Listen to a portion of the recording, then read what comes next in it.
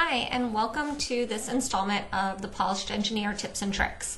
My name is Ashley, and I am the creator and founder of the Polished Engineer. And if you found yourself here, then you likely have purchased one of my products in the past. And so hopefully these tips and tricks will help you to better work through your products.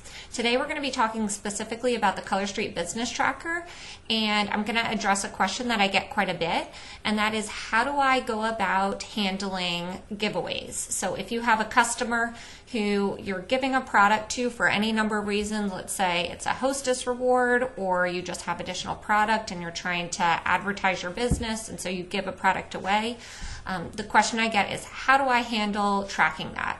And so I'm going to show you that today. So we're going to go ahead and look over here real quick at our quantities tab, and I have some quantities that are available for me to give away. And let's say I have this Tinseltown and this Tokyo Lights, and they're just products that I have on hand that I'm not going to use, and so I'm going to go ahead and give them to a new customer and see if she likes them, and that way hopefully she'll come back and purchase from me in the future. So what I would do is I'd come over here to this customer sales, and I'll go ahead and I'll just put in, I'm going to type it in, Tinseltown, sorry, I spelled Tinseltown, okay, and Tokyo Lights.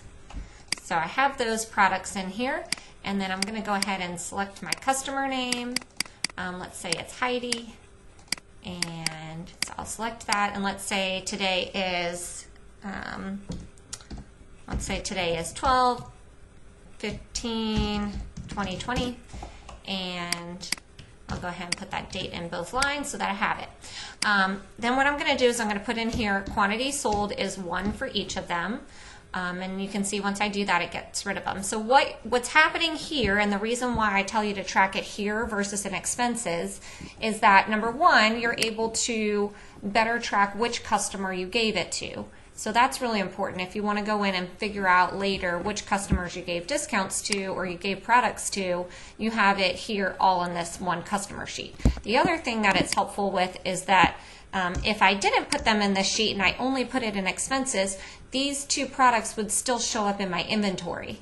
So by putting them in here and then marking them as sold, they no longer show up as being available in my inventory. And I'll show you that in the quantities tab in a minute. So that's a key part of it, and why I usually say to put it in customer sales.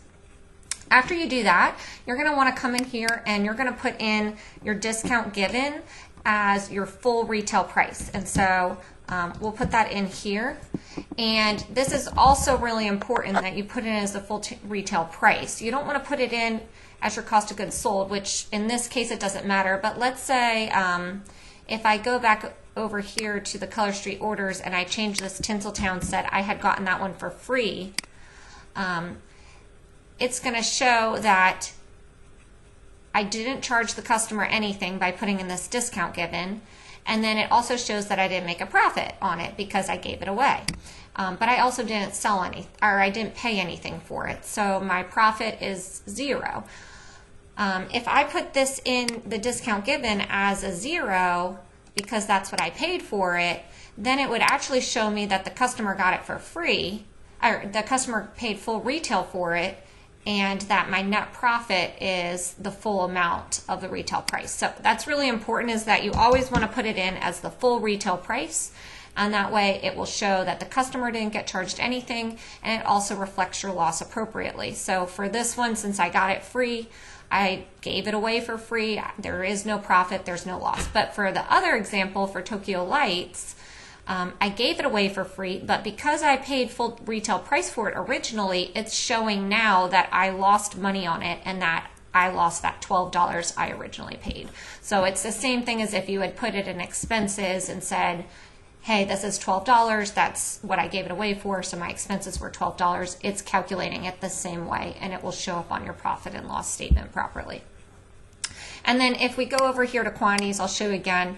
Now these two, the Tokyo Lights and the Tinseltown, are showing up as 0 quantity, and that's what we want to see, because now they're no longer available for us to sell because we gave them away. So hopefully that helps explain a little bit about how you would handle a giveaway for a customer. If you have any questions, feel free to reach out. Thanks.